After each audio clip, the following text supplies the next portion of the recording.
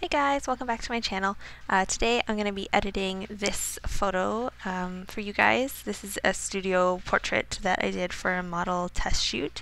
I find that editing studio shots is quite a bit different than editing natural light shots. I think I posted a natural light video a while ago of how I do them for natural light, but today I thought I'd try doing one in studio. So this is going to be a little more of a not advanced but intermediate level tutorial, I guess. I use frequency separation and I'm not going to go into too much detail. I'm just going to sort of show you my workflow and how I color correct and kind of put the finishing touches on my studio shots. So I'll link down below any extra resources that you might need if you're a beginner, so everyone should be able to follow along. So first thing I'm going to do is open the photo in RAW. This is actually PSD. I've already done a bit of work on it, so I'm going to go back and start right from the beginning. So this is not the edited final photo either. This is kind of halfway in between. I haven't actually edited it yet, so I'm going to close this. Sorry, that's another shot from the shoot. Anyways, I'm going to open up my RAW file. If you're not shooting in RAW, I highly recommend it. It really allows you a lot more control over your final image, and I just think any professional photographer should be shooting in RAW. It does take up a lot more space, but I think it's worth it in the end. So there's my file. I'm just going to open it up in Photoshop, and what that'll do is it'll open it in the Photoshop RAW toolbar. Kind of looks like Lightroom if you use Lightroom, like a more simplified Lightroom. So the first thing I do when I have a photo is I will play with the temperature balance. I'm actually quite happy with the temperature balance in this shot. That's too yellow, and if I go too much towards blue, it's too cool. So I'm just going to leave it, actually I might take it down just a little bit to the cool side. There we go. The exposure is fine. I'm going to leave the exposure alone. Bring back the backdrop just a little bit by increasing the shadows. That's too much. Just a touch. That's fine. I'm going to leave the shadows as they are because I do like that they're darker in the back over here, so that's fine. I always increase the clarity to 10. I'm going to leave the highlights as they are. Yeah, not much. Sometimes there's some vignetting, like here you can see it's darker down here than it is over here. That's from my lens, so you can fix that a little bit. If it's bothering you, with black backgrounds it doesn't really bother me, but with white backgrounds it looks kind of obvious. So yeah, so I just play with this until I am happy. Not a whole lot has to go into this photo. Did an okay job in camera, I think. So I'm just going to go ahead and open the image, and it's just going to open. I have a lot of files open, as you can see, so it's going to take a second. Okay, there we go. Alright, so the first thing that I do with any of my photos is I use the liquify tool and clean up any areas that need to be cleaned up. So for example, the little bulges here in her dress, it was like a dress that came with this piece that goes over top, so it's kind of, wasn't as form-fitting as it could have been. This piece is adjustable and the rest of the dress wasn't, so I'll just fix that. So you just control click duplicate layer, and you can just leave it as background copy, and you go to filter and you go to liquify. And I don't know why I didn't use the liquify tool until quite recently, actually. I always thought it was just for like manipulating models and that I shouldn't be using it because I don't know. Anyways, I didn't use it until recently and I regret it now because it's a really helpful tool. So first thing I'm going to do is I'm going to use the freeze tool right here, and I'm going to just paint over the areas that I don't want the liquify tool to impact. So I just want this little area. I don't want it to move the actual strap here, so I'm just going to paint that on.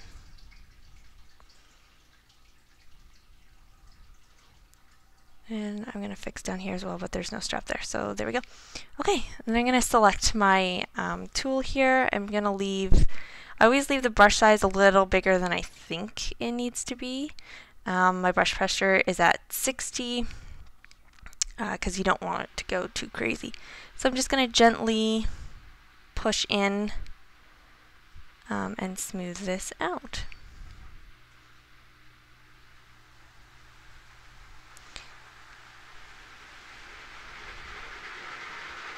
I don't know if you can hear that in the background. My laundry machine sounds like it's taking off for flight.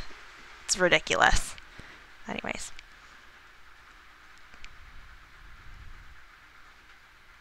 This is not a product shot for the dress, so it doesn't have to be super perfect. I notice little imperfections like this. I'm probably the only one that would notice, but you know, for my own sanity. And just looking at any other parts that I might need to fix. Gonna leave her arms alone. Sometimes little bits of hair need to be fixed. Sometimes I like to make the hair bigger if it needs to be, whoa, not that big. If it needs to be a bit bigger, like say one side was bigger, you wanted to create some volume, you just kind of do this. I think her hair is fine. I don't really need to do any work on it. It already had lots of volume.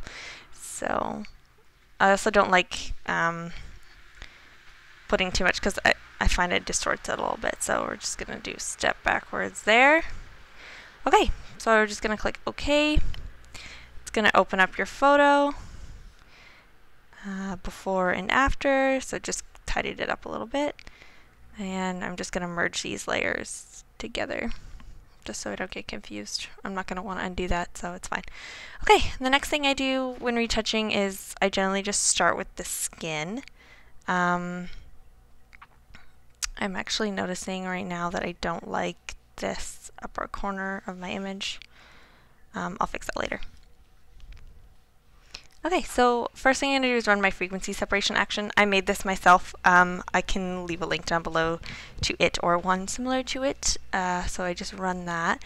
What frequency separation does is essentially just separates the color from the texture of the skin, so that when you're fixing the color layer, you're leaving the texture intact, which is really helpful, especially for, you know, model portfolio shoots and stuff where they want to see the skin look a lot more natural. So first thing I do is I turn the texture layer off, just because it lets me visualize the colors a little bit better without the texture kind of throwing my eyes off. And I use the healing tool to start fixing the color. So you just Alt click or Option click the area that you want to sample, and then go ahead and fix the areas that need to be corrected. So under the eyes is a big one. And it's one you have to be kind of careful of because sometimes it can look really overdone. Everyone kind of has little bags under their eyes. If you make it too perfect, it's going to look funny. This model actually had really nice skin, but as always with lights and full crop frame sensor, a full frame sensor, sorry, not a crop frame, you see every little bit. So we're just going to fix that up. And this took me a while to learn how to do. So if you're doing this for the first time, it takes some getting used to. I'm also using a tablet, which goes a lot faster. If you're using like your mouse or your, what are they called? Little thing that comes with your laptop. Your trackpad. It will take you a lot longer. Mouse isn't so bad, but trackpad, just go get yourself a mouse, man. Just do it. Okay, so I'll probably speed this part up because it's not all that interesting. And yeah.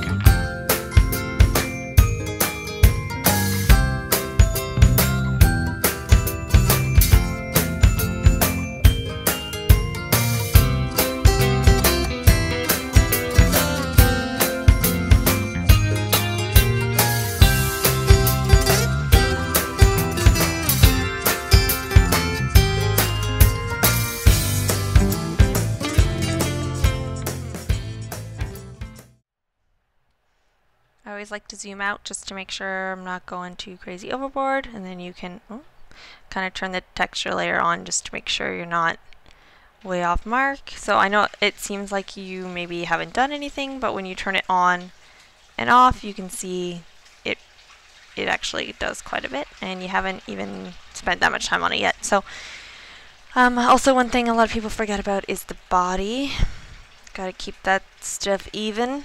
So she doesn't really need it anywhere, but go over any spots.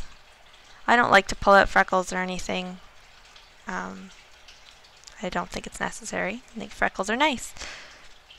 Yeah, she really doesn't have much work to be done. Oh, my computer is thinking. Maybe a little bit here, but she has really nice skin. Okie dokie. So now I'm going to work on the texture layer for a bit. So select the high frequency, and this is the texture layer. So I use the clone tool for this, and you want a really small brush size. You can go up here to select your brush size, by the way, but I have a quick key on my tablet that lets me do it a lot faster, which is very handy. Just going to zoom in and just start working on the texture. So I really am quite light-handed with this because I don't want to make anybody look plastic. So little fine lines under the eyes I will keep and just sort of make them look a little less obvious, because everyone has lines under their eyes. Let's just be honest. Nobody is perfect. We don't want Barbie face. And you can zoom in really close sometimes on this layer. You might not have this much detail if you're using a crop frame sensor. That's not your fault. It's your camera just doesn't capture as much detail. Also, if you're working in JPEG, you might get this detail, but if you blow out your highlights, then you're just SOL. Okay, I'm just going to speed this up and come back when the texture layer looks better.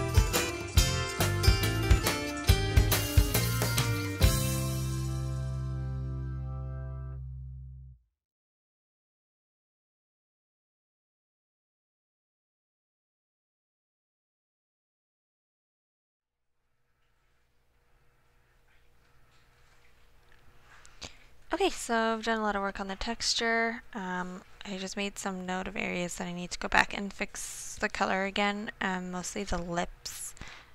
Just right here, I want to kind of tidy it up. So I'm going back in with a smaller little area, and I'm going to fix that as well. One thing to note with texture is when you're clicking, you don't want to like click and then drag like that, because it kind of makes it blurred. You just want to like click and then one little touch to fix the pores. Otherwise you'll get it looking kind of blurry in some spots and not others, and it's just a weird look. Anyways, okay, I'm gonna go back in.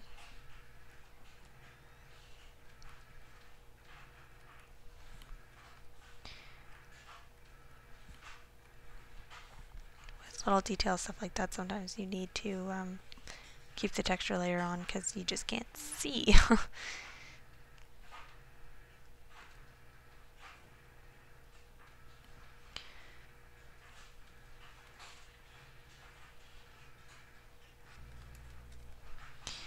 And then if there's some pesky areas like that that I can't really get to look right, I'll take the brush tool and I'll sample that and leave it at a low opacity and just brush over it.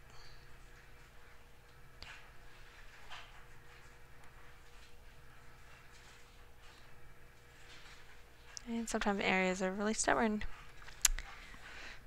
If you're having trouble getting it to look right on the color layer, it's possible because it's like a texture issue, and then you just have to switch back. Okie dokie. And again, don't forget the arms for the texture as well.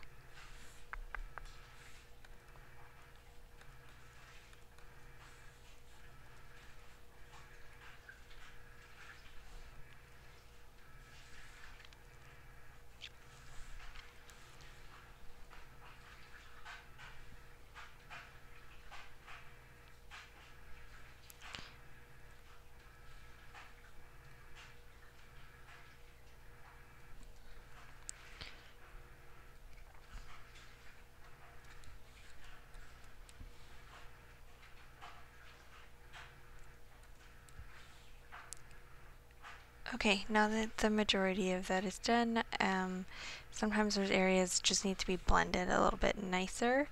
So I take the mixer brush tool, give kind of a big brush size, and areas like the forehead, I'll just go over this with the tool just to sort of blend them together. You want to have a really light hand with this, otherwise it looks really like plasticky and fake.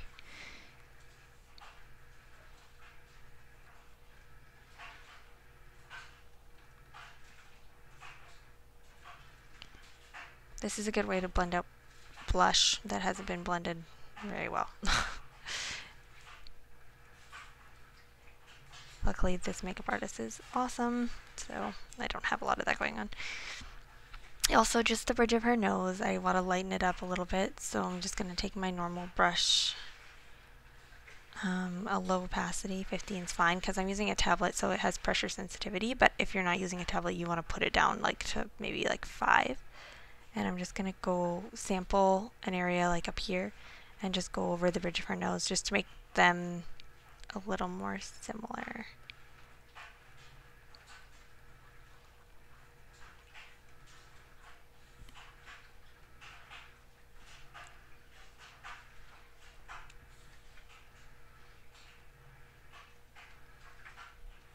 There we go. So for my photo, there's not a huge difference in the before and after. Like you can see, it's mostly on the cheeks here and some little fine lines.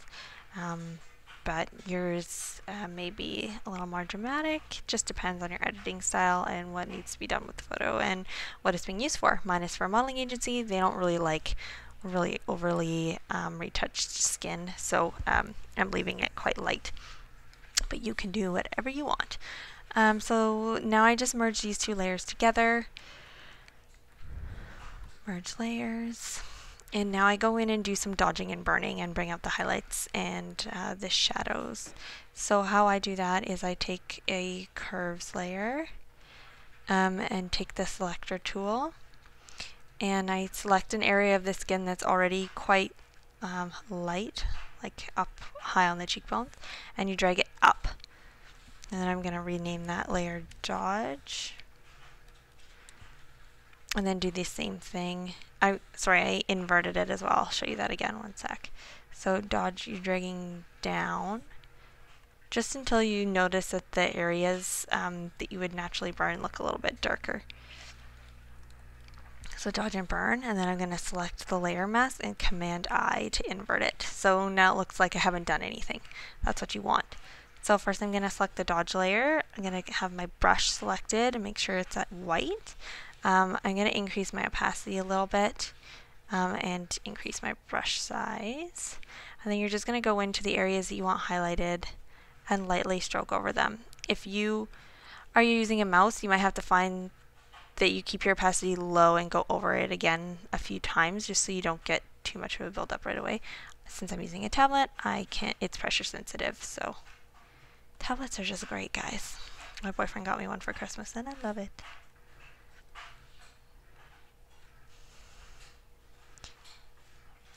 I think this is an area that a lot of makeup artists don't highlight, but this one does.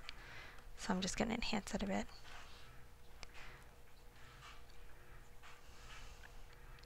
And then down the bridge of the nose again.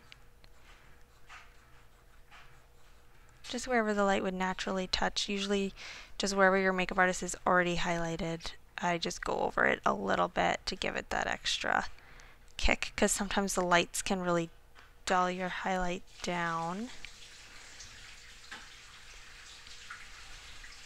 Especially, yeah, I don't like my makeup artist to go too overboard with the highlight because sometimes the product is glittery and then that's just a whole problem when you're editing. It makes it a weird texture, so I like to just go easy on the highlight and I'll build on it in Photoshop.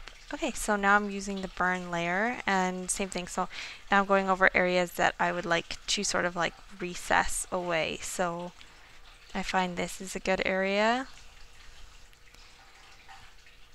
And I don't go too crazy. Like, they contoured her nose really nicely and she has really nice cheekbones, so I'm not doing too much. Around the hairline.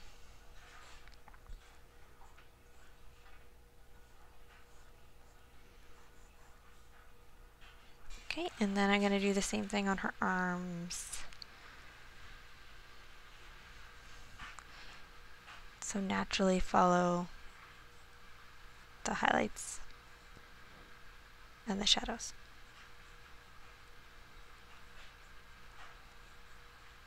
This looks great on legs, by the way. If you're retouching a full body, do not forget the legs, because this can make them look really nice and long. Okay. And then Dodge.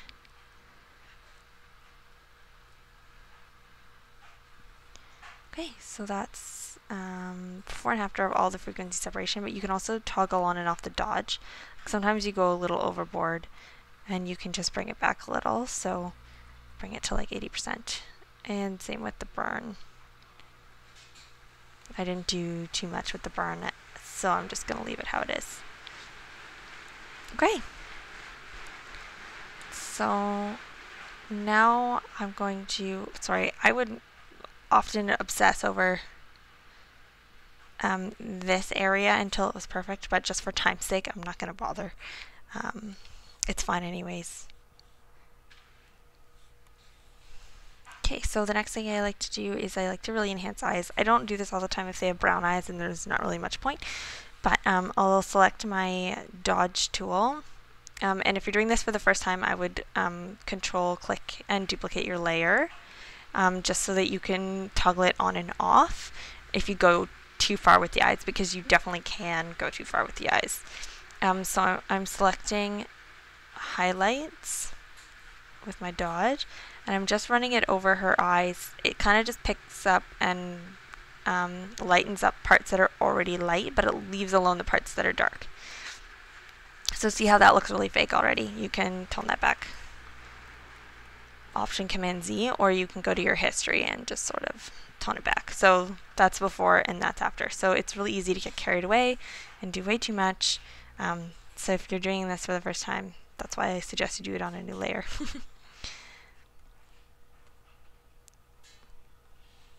Yeah, that looks good. And then I'm going to take the burn tool and do the same thing. So I make sure shadows is selected, and it just darkens the shadows. So that's the before and that's the after. So it really does bring out the eyes really nicely and make them look a lot sharper.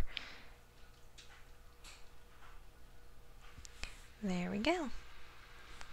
Okay, and I keep everything in a nice little group so that, you know, if the agency gets back to me and says, we would really like her skin to be more natural, I can literally just, you know, toggle this down to 50%, and then it's not as retouched.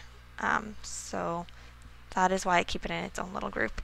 And then I will work on the coloring of the image. So first thing, I'm going to toggle the brightness down a little bit, invert it, and just brush on in this corner just because it's a little lighter than the other corners. And I want your eyes to stay on the model's face and not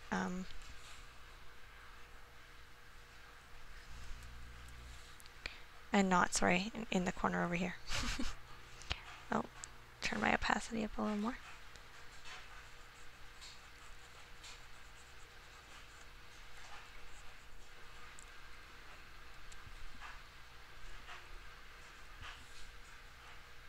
So the difference is not huge, but I prefer it that way.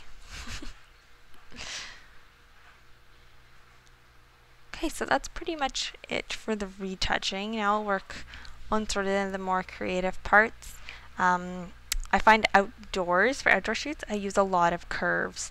I have a lot of curves saved. So I'll work with curves layer presets in outdoor shots, but for indoor, like studio shots, I find they just change it way too much. So like that just looks silly. So there is one that I very commonly use, digital film, which is usually really nice, and you can like tone it down to maybe 50%. That one's not too bad. I think I'm going to leave it at 20. So you can just build your curves collection. I find it makes it a lot faster just to have some presets to play around with. Some people, if you want to do it yourself, you can drag these down and up, but that's like a whole other video is how to work with curves. So I'm just popping that one on there. Next I'll just go into the adjustment levels, and I will play around with the levels a little bit. So dragging it to the right makes the midtones darker. So it's kind of like upping the contrast a little bit. And you can do the same with the darks, make the darks darker. I'm not going to. And then down here you can make the lights lighter as well. I'm just going to leave it sort of how it was, and this makes the lights or the whites darker, and this makes them brighter. So I work mostly here, and then if the whites are just too light, you can drag them down in there. So I'm just going to leave them like that. So that's before.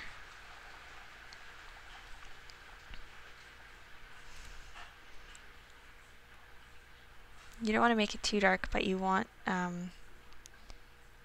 some nice contrast in the skin. You want to see those highlights and those shadows. Okay, so I'm pretty happy with that. Sometimes I'll play with the hue and saturation, things like that. Okay, so the last thing I do with my image is I'll crop it to the model portfolio crop, which is 9:12. It's my preset. And sometimes this crop is not ideal. So what I'll do in this case is I will drag it up and to the right or to the left, whichever way I want the photo to be composed. So I want a little more negative space here. So I'll select that crop. Bear with me, guys. I know it looks ridiculous. Oh, sorry. Make sure you're not cropping it up there.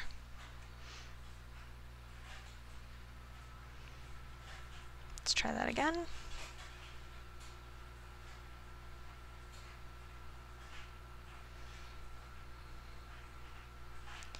So I'll pull it down kind of where I want it to stop.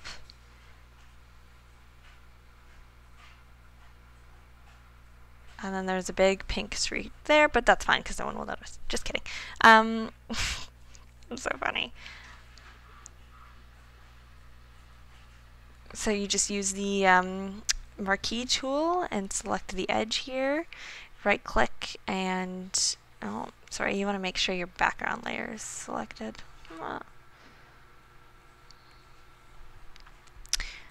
I'll click free transform and then just drag it over.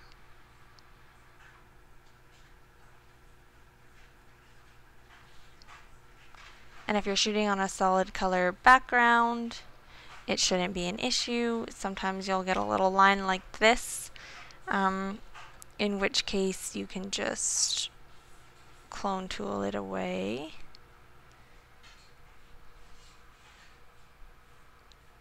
Maybe the patch tool will be better.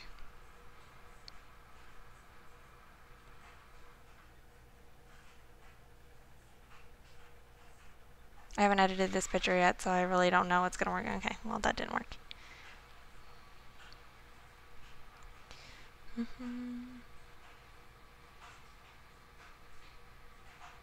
So I'll just select my clone tool, get a nice big brush. Oh, that's too big. And then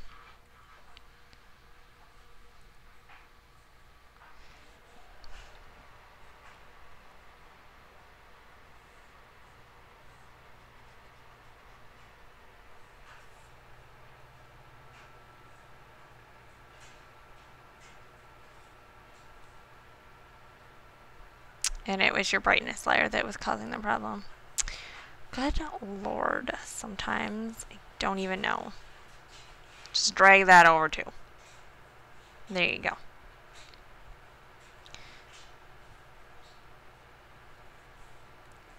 Let's go ahead and delete that.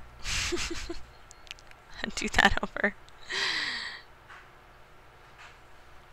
So that, again, just dragging the darkness down, inverting it, selecting a brush tool, and just painting it on in this corner because I thought it was too light.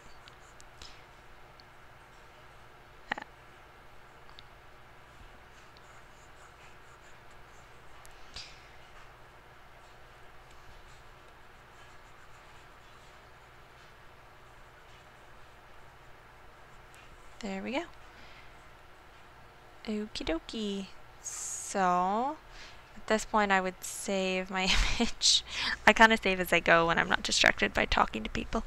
I'll save it on my desktop for now because I only have 2 USB ports and to plug in my microphone and my tablet I have to unplug my hard drive, so whatever.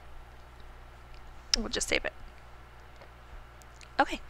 So the next thing that I do, I'll just show you how I get it ready for export. So the first thing I do for color images is I increase the saturation a little bit, about 10, and then I just go File, Save for Web. And the reason I do that is I find that the colors are always a little more saturated in Photoshop than they actually look when you save them for web, so I just increase the saturation a little bit so it looks oversaturated in Photoshop and then it looks normal when you save it. And I'll just sort of go over and make sure everything is looking good. Yeah. So I'll save this as a high res. High res. Save. Oops, I saved that in documents. Whatever, save wherever you want. And then I resize it. I have it as an action. I have a lot of actions. May make my workflow a lot easier. and I'll save a web version.